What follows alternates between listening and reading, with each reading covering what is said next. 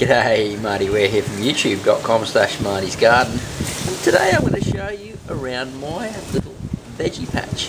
Well, actually it's going to be the veggie patch versus the container garden. Now we just had a plane fly in, so you might even be hearing a bit of background noise. It's a little bit windy today, and to be honest, I've been battling a little bit of a flu, but I still want to get these videos out to you guys and, you know, show you what's going on, because it's spring here in Australia and there's some major changes going on in Marty's garden.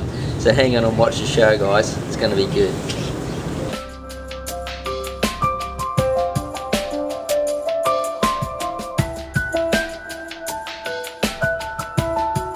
So I've just been down to earthlyworms.com.au and I did a little bit of work for them, some website stuff, because I'm a search engine optimization specialist, and just wanted to learn some more things about worm farming. And I have lots of worms in here now. You mightn't see so many in here because it's right at this very moment, because I need to put a bit more newspaper on here, and because it's the middle of the day, they're all going down deep because it's starting to warm up today. It's going to be a nice warm day here. So let's keep going around the vegetable garden, shall we? My kaffir lime tree, which I will be using the lime leaves to produce some beautiful Asian dishes, is doing okay. And I'm sprouting some calendula. Well, they're actually marigolds. So I put some seed in and I'm going to be growing some marigolds through there. All my lettuce and my salad greens are doing pretty good. Please excuse any wind. The calendula is growing roots down into the pot, and the baby spinach is going to seed now. As the baby spinach goes to seed, the leaves get a bit more pointy, but I still find it quite good to eat, and you can just pick it off as you go. You can probably even eat the flowers over time, but I'm actually going to be collecting the seed from this guy. And the rocket is bolting here too, but I'm not too worried. I still pick that off and eat that, and I want to get the seed from here. And these guys, all this mix here, these different salad greens basically go into either stir fries or I eat them as steamed vegetables. Now the cherry tomatoes are on their last legs. I really haven't been taking a great deal of care of them, but they taste alright. Not as good as I would have liked, but they're not too bad. So yes, we have the tomatoes in their end days here. Now they're browning off here because I missed a couple of days watering when I was out filming and stuff, and a bit of dieback. But anyway, I'm not too worried because I want to replace these tomatoes. You'll see my nice new tomato coming up soon. And my avocado tree. So this is my reed avocado tree, which is over a year old now, which is pushing above a metre, so a bit over 3 feet. And it'll take a few years to get food off him because it's just a seedling tree, but beautiful tree anyway to have in the garden. And this guy is my grafted specimen, and I've got some good news for you guys. I have some baby avocados coming through, yes. I'm probably going to let this one this year, because it's the second season for it, to self-thin itself out. So basically the ants come in here, and I noticed they were doing the pollinating. So that was pretty cool. It dropped a lot of leaves and a lot of flowers at the time, but that didn't matter. And I reckon there will probably be anywhere from 4 to half a dozen fruit once it self-thins itself. If it doesn't, I will remove some of the fruits. I'm also growing some snow peas out of the bottom here, and they're going to either fall down or go vertical up the post there. The cherry guava, not the cherry guava, the Brazilian cherry. I've got some snow peas growing in there too, and they're really pumping. And I'm going to get some snow peas out of there soon. And it takes about 2 years. This is a seedling tree, so it'll be another 2 years before I get any fruit off these. But these fruit twice a year, and they've got beautiful cherry-like flavour, and they're really scrumptious. You can just taste the vitamin C as you eat them. The lemon trees, yeah, it's just finishing flowering. It's producing some nice little lemons coming through, and this will be the first one, because I picked off the first year because the tree wasn't looking so healthy. But I think I'll probably get half a dozen lemons off it. So this is the lemonade variety, and I'm hoping that they'll come out pretty good here. chopped mint, spearmint down below there. It's growing well. The garlic chives are doing good. And everything else, all my seedlings and stuff over here, I've got some lettuce seedlings. The Mizumas, it doesn't get much sun, but I'm still picking it and eating it. My daughter Karen, she wanted these flowers, these violets, but you can eat violets. So we're going to take these down, possibly to the vegetable garden downstairs, and yeah, and plant them, and they'll produce and bring in all nice beneficial insects. I'm just keeping these guys up here. I'm just picking them as they go. They're only in little punnets, but I'm just eating it as I need it. And I regularly fertilise this with a liquid fertiliser. That's why they're doing so well in such small punnets. I've got some other herbs growing down under here, some coriander, thyme, etc. that I'm picking from, and also they're in larger pots. And same thing, I've been using the compost tea and different tea brews that I'm making on those. At the back here, these are cuttings from the spearmint, and some of those will be going into pots to grow, to sell, and to go down into the garden as well, because I want to start selling plants and seeds and different things, and I'm actually going to be making up some of my own products, which is going to be quite cool as time goes on. Alright, let's go over and have a look at my tomato. This is going to be my next tomato plant that I'm hopefully going to get some nice fruit from. I've got some sweet basil down in here and some parsley on the side, so the 3 style companions that I like to put together to get the good flavour and the health. And this guy is looking really healthy, some new flowers coming up in between, and I haven't worried about pruning it or anything like that. And actually, as the sunlight gets less and less on this veranda, because the sun's getting higher, I'm going to push him towards the rail. So there's some dill that's going to go out into the vegetable garden. Some more baby spinach that I just picked from a little pot. Put it in my sandwiches and lettuce bunches and things like that. And yes, I think we all know what this is. Rocket. I pick this every day, and because I've been liquid fertilising it, I had some aphids on there, and just put in the compost tea on them and just picked off what was there. They just disappeared. It's really cool. So my tips would be, if you're in a similar situation to me and you can actually have an outdoor garden and a container garden, keep everything that you pick regularly close by as you can, so you don't have to walk down. You'll eat it a lot more, you'll take care of it a lot more because you're walking past and you're seeing it more regularly. And you know, like things like lettuce and shallow rooted plants such as these ones that we're looking at here, they don't have to be in big deep containers, so you can have them close by. Liquid fertilise them regularly and get them growing quickly so they don't grow bitter, and yeah, consume from them every day, because leafy greens is some of the most healthiest food on the planet, no doubt about that, and they taste great too.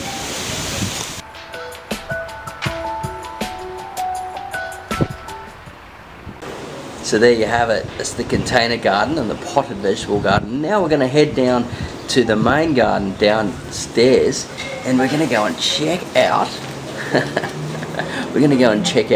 what I'm doing down there, and show you the differences between having, you know, your outdoor veggie patch and your patio garden in containers, or wherever you've got your container garden such as this one. Yeah, and basically you can weigh up what you think will work better for you. We'll see you down there. Let's go.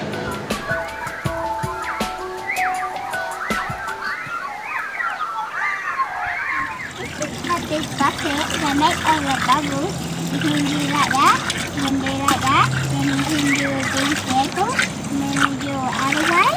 Then you can put it down the bottom to make when you flash all the water. You can, like this is the waterfall, and make all the plants to grow or bigger.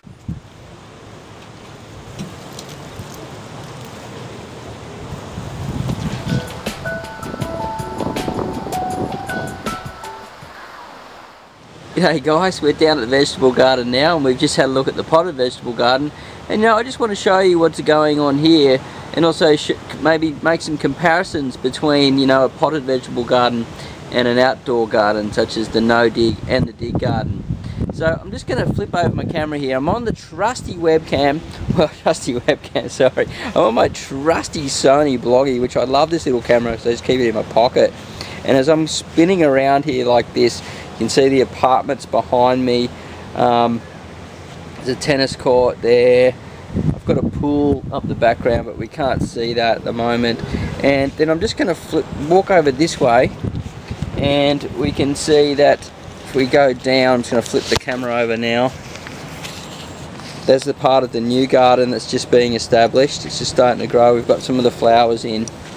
And the reason why the flowers are along the border here like this is because someone's trod on that, unfortunately, is because I want the insects to come in, and that's the closest edges that they'll be. So I just had to fix that, guy, so just sorry about that. One of the benefits of having the outdoor vegetable garden is also having your compost, and this is mostly leaf and horse and cow manure at the moment. I've thrown some rock dust in there and a little bit of worm castings as well, just to basically set off the organisms in there to get them firing up, and we turn that over every couple of days. It really should be turned over every day, but I don't get down here. The passion fruit's at the back. Now the reason why this passion fruit is in the shade at the moment is because later the sun will get onto this plant. Now I want this in the shade for the time being because it's going to grow tall, and that's going to keep the moisture down there because the sun's not going to hit as high. And this fence will eventually be full of sun through the summer, and then it will climb over by the winter and be on the north side of the fence, where in Australia is the place where it gets most sun. And I might have to jump the fence to get some fruit as well, but that doesn't matter. The whole idea is to keep the moisture content down there, and the roots are going to grow underneath this compost pile as well and get lots of food in here. This guy is just going to thump in the future. He's going to really love it. My lemongrass that come down from the pot. Now lemongrass grow quite big, and they're a bit of a hassle in a pot. They take up a lot of room. So once they get big, you really need to bring them down into a garden such as this one. This guy's going to grow huge over summer. It's just starting to get some nice new green growth coming out through, and this is full of vitamin A and E and really good for your skin, and it's great tea mix with calendula. Actually, there's a type of mix that's called Fortune Delight, which is quite popular with the Chinese, a mixture of calendula and lemongrass tea, which is great for acne and just beautiful, getting the skin looking beautiful. This guy here, the choco, is really starting to take off now. He's starting to go up the fence. It's not going to be long before he's right up onto the fence, and yeah, and we're going to be getting a whole heap of fruit which I can sell at the market. I'm just hoping that, you know, I can get to the market to start selling some produce and things. Being a single dad full-time on my own, it's a little bit difficult, but you know, I'm getting there, and you just don't give up. That's the thing. Just don't give up. Where there's a will, there's a way. Okay, here's my green globe artichoke, and that's going to grow quite large here and into perennial, so I'll get lots of food off him. If you've seen in the other videos, these are the shallots that I grabbed from the supermarket, and I just basically bought them bare rooted, cut them back, ate what was available and planted them again, and now look, I've already done one harvest and I can come back and do a second harvest really soon. I've put some different parsleys in throughout here.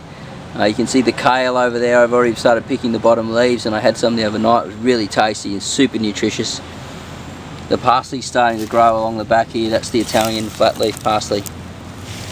The zucchinis are still a bit cold. The soil's still a bit cold for them, but once this warms up a bit, these guys are going to grow huge and just take over this whole bed. So I'm looking forward to that. Again, more tomatoes just staked up. They're going to be staked up next to the fence, and I'm finding tomatoes popping up in the compost actually too. These guys we just put in a rush when I first planted it out, and I didn't stake them up, and they're actually, if you go down here, this is actually rooted onto the ground here, and so that's good because you can actually come along and throw another stake on this guy and have another plant, and then stake this one up and have another plant as well. So there's different ways, lots of different tricky little ways to grow tomatoes. This guy, I just love the look of this guy. He's only short and stocky, but he's got a nice thick trunk, and he's really healthy and green, and they were some of the first ones that I put in.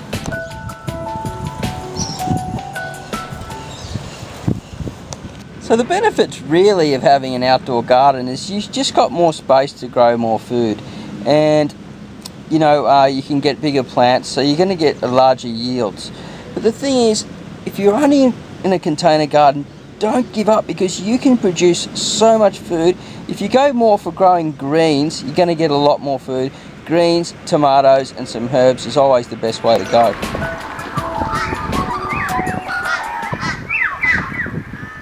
I had someone send me a question on YouTube the other day asking me, could I ask the landlords if I could set up a water tank? Well, that's very possible. I could, and I haven't had a chance to talk with them, or well, they've been a bit busy, but you know, I have this bin here that I fill up to get rid of the chlorine out of.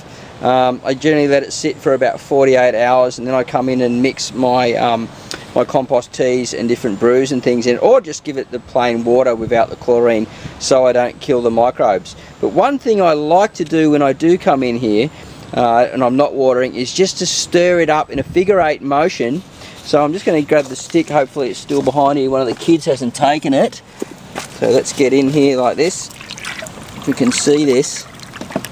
Now the reason why we do a figure-8 motion is because it gets more oxygen into the water than just doing the circle, and apparently in biodynamics and things like that, they recommend that you do a figure-8 motion because it just attracts more energy into the water, because the way that the actual atoms and things generate and stuff like that, without getting too cosmic, it just energizes the water a lot more. And if you look at creeks and rivers and things like that, they all flow in these circular motions like that, and even little creeks and stuff, they bounce and jolt back at each other, and nothing follows an exact, never follows a straight line unless it's going straight down a waterfall.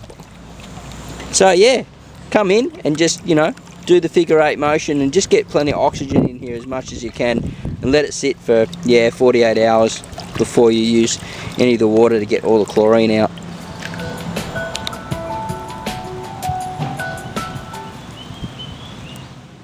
Please also keep in mind, if you've got a small space garden, that you can always grow vertical. Like, you get your peas and beans, and you can even buy small varieties, patio varieties of different types of plants, like even like chocos and passion fruits and things like that. You just have to keep your eyes open for them. So I'd recommend that you do that. Go vertical, grow greens, tomatoes, even cherry tomatoes if you're going for the smaller patch, because they're going to produce a lot of fruit for you.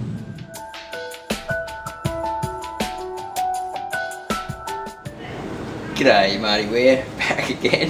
Just want to say thanks for coming to watch the video.